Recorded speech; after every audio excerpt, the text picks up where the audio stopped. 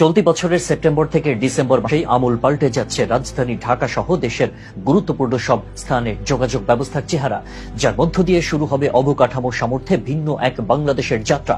কারণ এই সময়ের মধ্যেই উদ্বোধন হতে যাচ্ছে বেশ বড় বড় কয়েকটি মেগা প্রকল্প, যার কোনোটি যেমন এনে দিবে অর্থনৈতিক বিপ্লব, আবার কোনোটি এনে দেবে আন্তর্জাতিক বিশ্বের বুকে মাথা উঁচু করে দাঁড়ানোর সম্মান।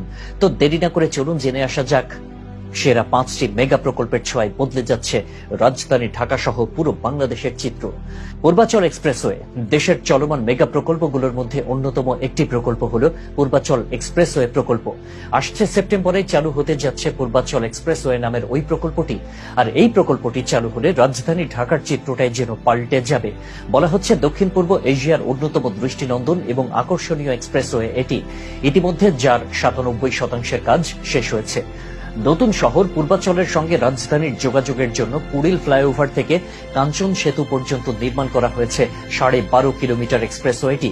8 লেনের expressway bridge, culvert, underpass, overpass এবং দুই পাশে পাড় বাঁধানো 100 ফুটের খালের কাজ প্রায় শেষের দিকে।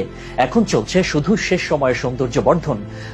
পদ্মা ব্রিজ রেলওয়ে প্রজেক্ট আসছে সেপ্টেম্বরে। পদ্মা সেতুর বুক চিরে চলবে ট্রেন। ভাবা যায়, দোতলা একটি সেতু, যার একতলায় বাস আর একতলায় ট্রেন।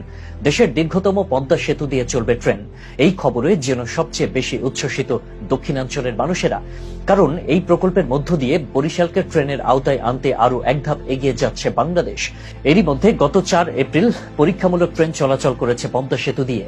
আর এরই মধ্যে সেতু অংশের রেলের কাজটিও শেষ হয়েছে। এখন ঢাকার কমলাপুর থেকে মাওয়া অংশের কাজ শেষ করা হচ্ছে দ্রুত গতিতে। এই কাজটুকু শেষ হলে সেপ্টেম্বর থেকে পদ্মা সেতুতে ট্রেন চলতে আর কোনো বাধা থাকবে না। Dhaka elevated expressway.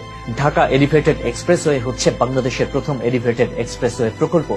রাজধানী ঢাকার যানজট নিরসনের জন্য এটি হচ্ছে সরকার কর্তৃক গৃহীত সবচেয়ে বড় প্রকল্প। আর এই এক্সপ্রেসওয়েটিও চালু হবে সেপ্টেম্বরেই। এক্সপ্রেসওয়ের সবচেয়ে গুরুত্বপূর্ণ বিষয় হচ্ছে বাধাহীন চলাচল।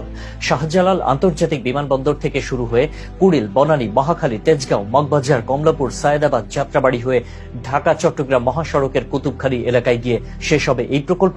তবে এর মধ্যে শুধু বিমানবন্দর থেকে ফার্মগেট অংশটুকু চালু হবে সেপ্টেম্বরে। কর্তৃপক্ষ বলছে মাত্র 10 থেকে 12 মিনিটের মধ্যেই এই এক্সপ্রেসওয়ে ধরে বিমানবন্দর থেকে ফার্মগেট পৌঁছানো সম্ভব।